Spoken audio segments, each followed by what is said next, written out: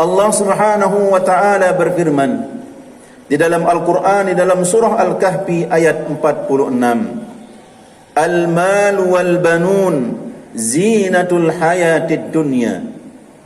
Harta dan anak-anak adalah perhiasan kehidupan dunia. Dalam ayat tersebut Allah Subhanahu wa taala menjelaskan bahwa yang menjadi kebanggaan manusia di dunia ini adalah harta benda dan anak-anak, karena manusia sangat memperhatikan keduanya. Banyak harta dan anak dapat memberikan kehidupan dan martabat yang terhormat kepada orang yang memilikinya. Seperti halnya Uwainah, pemuka Quraisy yang kaya raya, atau Qutsus yang mempunyai kedudukan mulia di tengah-tengah kaumnya karena memiliki kekayaan dan anak buah yang banyak. Karena harta dan anak pula orang menjadi takabur dan merendahkan orang lain. Allah Subhanahu wa taala menegaskan bahwa keduanya hanyalah perhiasan dunia, bukan perhiasan atau bekal untuk ukhrawi. Padahal manusia sudah menyadari bahwa keduanya akan binasa dan tidak patut dijadikan bahan kesombongan. Dalam urutan ayat ini, harta didahulukan dari anak, padahal anak lebih dekat ke hati manusia, karena harta sebagai perhiasan lebih sempurna daripada anak. Harta dapat menolong orang tua dan anak setiap waktu, dan dengan harta pula kelangsungan hidup keturunan manusia terjamin. Kebutuhan manusia terhadap harta lebih besar daripada kebutuhannya terhadap anak. Tetapi tidak sebaliknya. Kemudian Allah Subhanahu wa taala menjelaskan bahwa yang patut dibanggakan hanyalah amal kebajikan yang buahnya dirasakan oleh manusia sepanjang zaman sampai akhirat. Seperti amal ibadah, melaksanakan salat, puasa, zakat, jihad di jalan Allah Subhanahu wa taala, serta amal ibadah sosial seperti membangun sekolah, rumah anak yatim, rumah orang-orang yang tidak mampu dan lain sebagainya. Ma'asyiral muslimin rahimani rahimakumullah.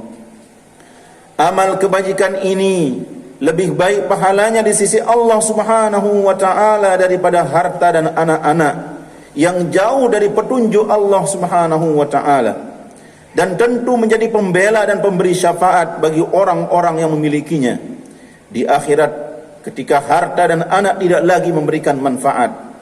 Sebab harta, tahta dan wanita pada dasarnya adalah ujian dan cobaan bagi manusia. Bagi yang terlena oleh harta dan tahta, balasannya di akhirat sangatlah pedih. Ma'asyiral muslimin rahimani rahimakumullah.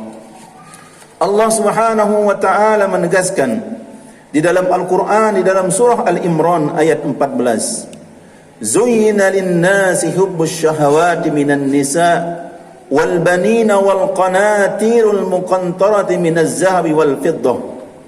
Dijadikan indah pada pandangan manusia kecintaan kepada apa-apa yang diingini, yaitu wanita-wanita, anak-anak, harta yang banyak dari jenis emas. Quran surah Al-Imran ayat 14. Dalam ayat ini diterangkan segi kesesatan mereka yang disebabkan oleh harta dan anak-anak yang dijadikan tumpuan harapan mereka. Adalah keliru kalau manusia menjadikan harta dan anak sebagai tujuan hidupnya. Ma'asyiral muslimin rahimani rahimakumullah. Perempuan, anak-anak, emas dan perak, kendaraan, binatang peliharaan, dan semua kekayaan adalah menyenangkan manusia dan sangat dicintai. Sebenarnya bukan sesuatu yang terlarang mencintai benda-benda tersebut, karena manusia tidak dapat terhindar dari mencintainya.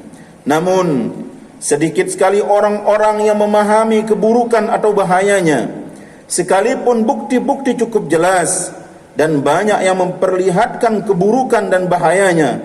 Kadang-kadang manusia menyukai sesuatu padahal dia mengetahui sesuatu itu buruk atau tidak berguna bagi dirinya. Siapa yang menyukai sesuatu tetapi dia menganggap hal itu tidak baik untuk dirinya, dia dapat melepaskan diri dari pengaruhnya.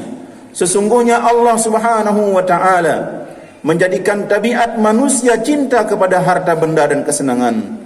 Oleh sebab itu, Allah Subhanahu wa ta'ala menjadikan harta benda dan kesenangan sebagai sarana menguji keimanan seseorang.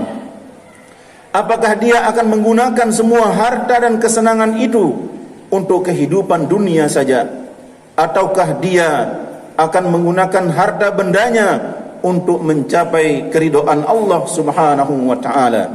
Ma'asyiral muslimin rahimani rahimakumullah. Nabi sallallahu alaihi wasallam menyebutkan harta benda dicela sekaligus dipuji. Ini menunjukkan bahwa harta ada yang tercela dan harta ada pula yang terpuji. Di antara hadis yang mencela harta adalah hadis sahih yang diriwayatkan Ibnu Hibban dan Imam Ahmad bin Hanbal dalam musnadnya, bahwasanya Rasulullah sallallahu alaihi wasallam bersabda, "Likulli ummatin fitnah wa fitnatu ummatil mal." Setiap umat memiliki fitnah, ujian dan cobaan, dan fitnah umatku adalah harta benda. Di antara hadis yang memuji harta adalah hadis riwayat Ahmad bin Hanbal dari sahabat Amr bin As, bahwasanya Nabi sallallahu alaihi wasallam bersabda, sebaik-baik harta yang baik adalah harta yang dimiliki oleh orang-orang yang soleh. Hadis riwayat Ahmad. Ma'asyiral muslimin rahimani rahimakumullah. Orang-orang yang menggunakan harta juga terbagi menjadi dua.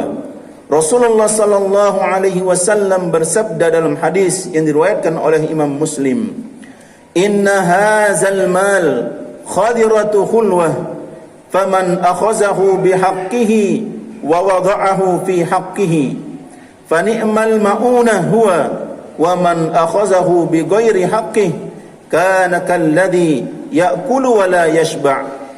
Sesungguhnya harta ini seperti tanaman yang indah dan hijau.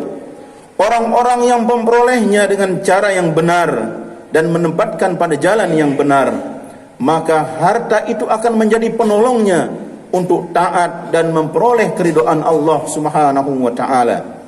Dan barang siapa memperolehnya dengan cara yang tidak benar, maka ia seperti orang yang makan dan tidak pernah merasa kenyang. Hadis riwayat Muslim. Semoga Allah Subhanahu wa ta'ala menjadikan kita orang-orang yang mendapatkan kedudukan tinggi di sisi Allah disebabkan dengan harta yang kita infakkan di jalan Allah Subhanahu wa ta'ala, dan kita dipertemukan dengan para nabinya.